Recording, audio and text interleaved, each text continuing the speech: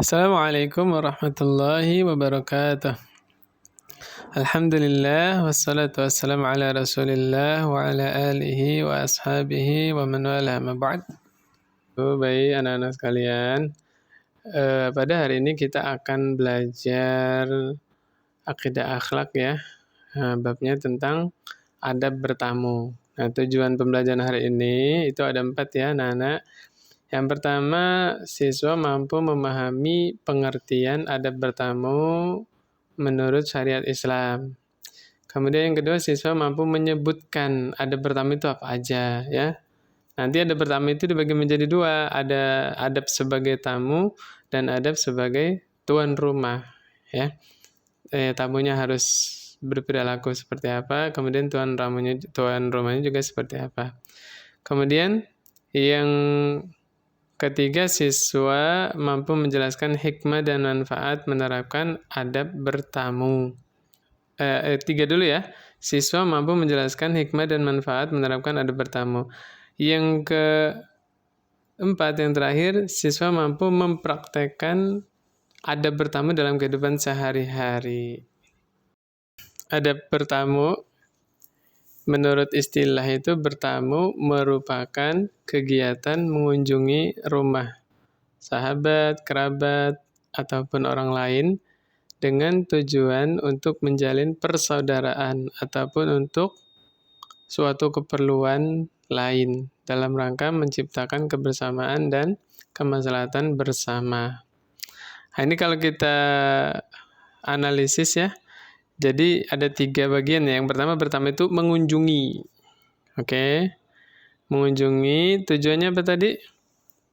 Menjalin persaudaraan. Nah, dalam rangka apa?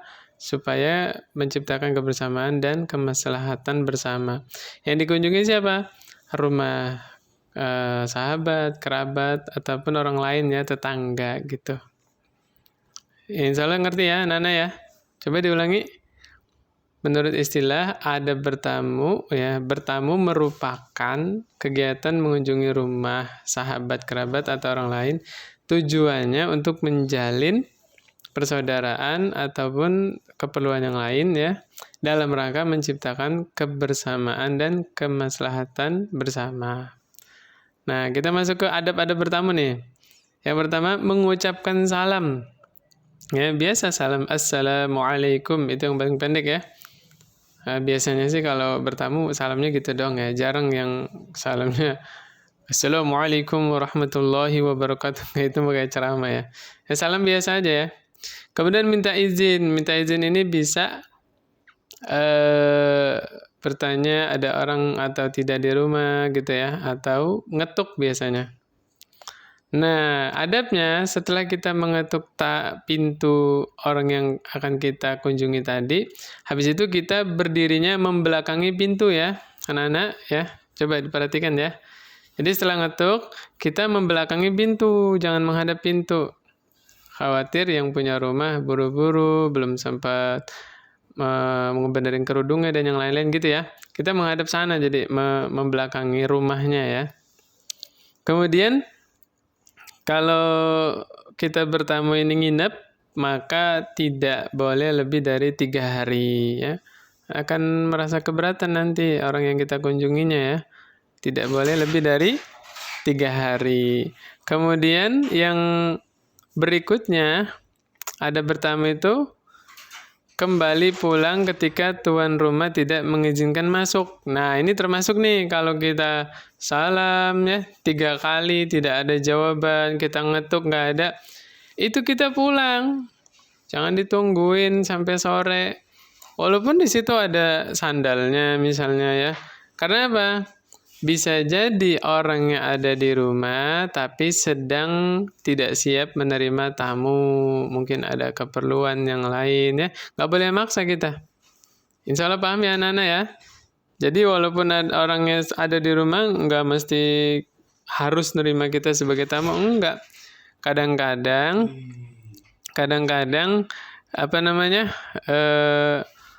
orang tidak siap menerima tamu. Mungkin rumahnya lagi berantakan atau lagi ada perlu dan yang lainnya. Ngerti ya Nana ya? Jadi kalau tidak diizinkan, ngapain kita? Pulang, ya. Nggak usah ditunggu sampai sore, nggak usah ditunggu sampai pagi.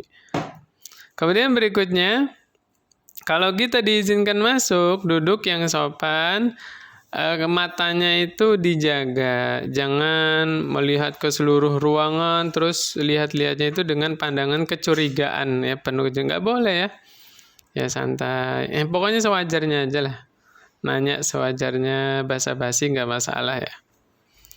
Dan yang terakhir, harus menjawab pertanyaan tuan rumah. Misalnya ditanya siapa, ada perlu apa, dan seterusnya. Tentunya semua itu kita lakukan dengan penuh santun, ya, dengan penuh sopan.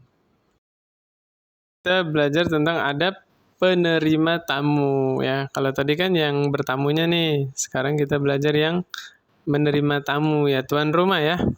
Yang pertama, memuliakan tamu, ya.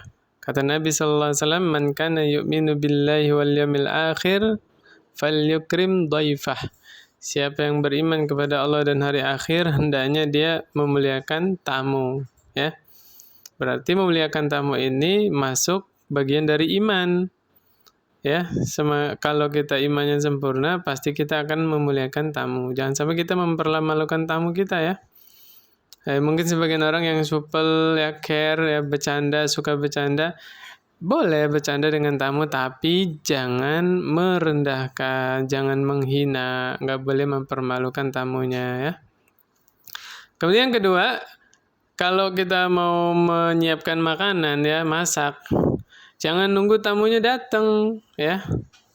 Ya sebelum ada tamu kita sudah siap-siap ya. Sehingga kita tidak menyebabkan ketika tamu nyampe rumah kita, tamunya nunggu, kita nyiapin makanan lama ya. Jadi jangan nunggu tamunya datang baru kita mulai masak, jangan ya. Kecuali memang masakan-masakan yang cepat penyajiannya sehingga masih hangat ya, disantap oleh tamu, itu boleh, silakan. Sebaiknya kita masak makanan kemudian mengundang orang untuk datang makan bersama kita. Yang berikutnya, adab menerima tamu yang ketiga. Disunnahkan bagi tuan rumah menemani tamu makan, ya. Ini ada sunnahnya. Terus kalau tuan rumahnya lagi puasa gimana? Maka yang sunnah boleh membatalkan puasa sunnahnya, kemudian ikut makan bersama tamunya tadi ya, dalam rangka memuliakan tamu. Ada sunnahnya juga. Ya, puasa sunnah itu hukumnya sunnah, memuliakan tamu juga sunnah ya. Kalau puasa kan buat kita sendiri manfaatnya. Memuliakan tamu ini kan orang lain merasakan manfaatnya. Jadi tidak mengapa ya membatalkan puasa sunnah demi memuliakan tamu, makan bareng.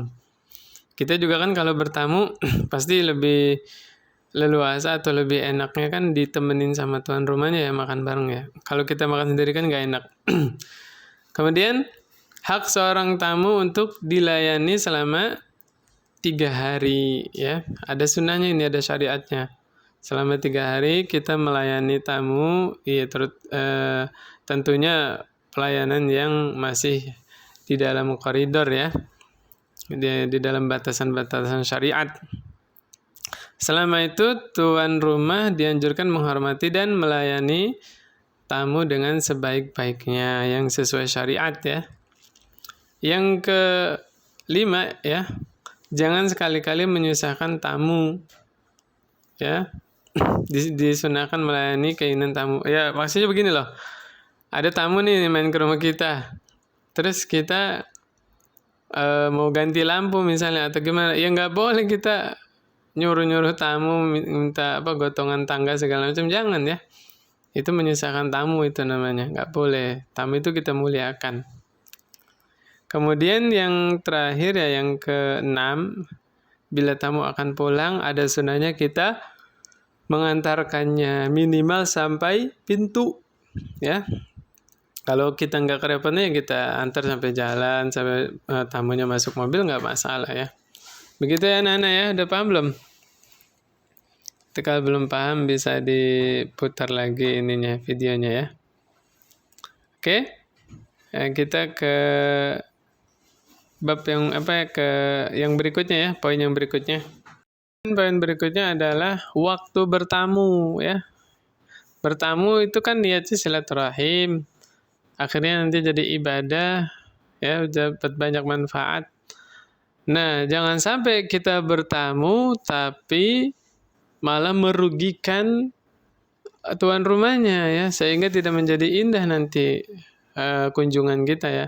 Maka yang perlu diperhatikan adab-adabnya diantaranya adalah mengetahui waktu kapan saja kita dilarang bertamu ya. Jadi secara umum kita bertamu kapan aja boleh, tapi ada waktu-waktu yang tidak pas ya, tidak tepat kita untuk bertamu kepada rumah seseorang. Yang pertama waktunya sebelum sholat subuh nih. Nggak boleh ya. Sebelum sholat subuh itu kan waktunya orang menanggalkan pakaiannya ya. Waktunya sholat tahajud misalnya ya, dan seterusnya. Nggak boleh nih. Jadi tidak boleh bertamu sebelum sholat subuh. Yang kedua yang nggak boleh kita berkunjung atau bertamu adalah di waktu-waktu sholat. Waktu azan, waktu sholat datang itu ya, waktu zikir atau baca Al-Quran lah. Itu jangan kita ganggu aktivitas tetangga kita atau orang yang kita ingin kunjungi. Yang ketiga, waktu istirahat atau tidur siang. Nah, tidur siang ini bisa sebelum zuhur atau ba'da zuhur. Kalau lihat dari hadis ya, qailulah itu para sahabat biasa mengerjakan sebelum zuhur itu. Jadi pas zuhur datang itu bangun seger ya sholat zuhur itu ya. Tapi kalau sholat Jumat biasanya tidur siang itu ba'da sholat Jumat. Nah ini diperhatikan ya. Jadi jangan sampai kita bertamu kepada seseorang tapi orang yang kita kunjungi itu merasa berat ya, jangan. Kemudian yang terakhir, waktu yang tidak dianjurkan kita bertamu adalah sholat Isya ya. Setelah sholat Isya ini waktunya orang istirahat ya, capek, kumpul sama keluarga, kecuali sebelumnya kita sudah atur janji, sudah sepakat, yang punya rumah juga tidak keberatan, itu nggak masalah ya. Semua kan bisa dikomunikasikan ya, mungkin lewat WA atau yang lainnya, dikomunikasikan, punten Bapak Ibu kalau saya ke rumah Ibu atau Bapak jam segini, mengganggu tidak ya, keberatan atau tidak gitu ya, dan seterusnya. Intinya yang lebih bagus kita jangan mendadak ke rumah orang ya, kabarkan dulu kalau kita pengen datang supaya yang punya rumah juga siap menerima tamu ya. Itu waktu-waktu yang bertamu. Coba diulang, waktu-waktu dilarang bertamu apa aja? Sebelum sholat subuh, waktu-waktu sholat ya, atau waktu zikir dan membaca Al-Quran, kemudian waktu istirahat atau tidur siang, yang terakhir setelah sholat Isya. Oke, kita lanjut ya, nanti kita bahas hikmah bertamu. Nah, dari bertamu ya, apabila ada bertamu ditegakkan dengan baik, maka akan mendapatkan manfaat atau hikmah yang besar bagi orang yang bertamu atau orang yang kedatangan tamu. Nah, beberapa hikmah diantaranya bertamu dengan adab yang baik dapat menumbuhkan sikap toleran terhadap orang lain, menjauhkan sikap paksaan, tekanan, ancaman, dan lain-lain. Islam mengajarkan tata cara dalam bergaul harus dengan adab atau budi pekerti yang baik dan selalu menghargai orang lain. Yang kedua, hikmahnya terjalinnya persahabatan dan kerjasama yang baik. Kemudian yang ketiga, hikmah bertamu dapat menciptakan perdamaian dan mempererat persaudaraan. Yang keempat, bertamu sebagai sarana untuk berdakwah dan menciptakan kehidupan masyarakat yang bermartabat. Kemudian datangnya membawa rahmat, kepulangannya membawa ampunan bagi tuan rumah. Yang kelima, diluaskan rizki, ya dipanjangkan umurnya. Ini sesuai hadis Nabi ya, barang siapa yang ingin dilapangkan rezekinya, dipanjangkan umurnya, kata Nabi apa? Falyasil rahim, tak sambung silaturahim. Kemudian hadis Nabi yang lain, siapa yang beriman kepada Allah dan hari akhir maka muliakan tamu. Man kana yu'minu billahi wal yawmil akhir falyukrim dhaifah. Yang terakhir, yang keenam, biasanya Kan kalau kedatangan tamu senyum ya, tamunya senyum, yang nerima tamu juga senyum, ya nggak? Maka mereka semua memperoleh kebaikan. Senyum kan dihitung sedekah. Kemudian kalau ada orang senyum ke kita, kita juga ikut seneng, jadi seneng kan hatinya ya, senyum-senyum jadi seneng. Maka sesuai sabda Nabi, ahabul amali ilallah sururun tudkhiluhu al-muslim.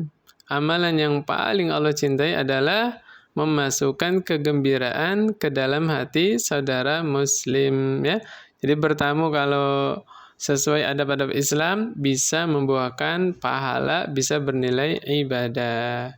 Untuk hari ini cukup sekian dulu ya anak-anak ya. Kita tutup. Subhanakallahumma wa bihamdik asyhadu an la ilaha illa anta astaghfiruka wa atubu ilaik. Assalamualaikum warahmatullahi wabarakatuh.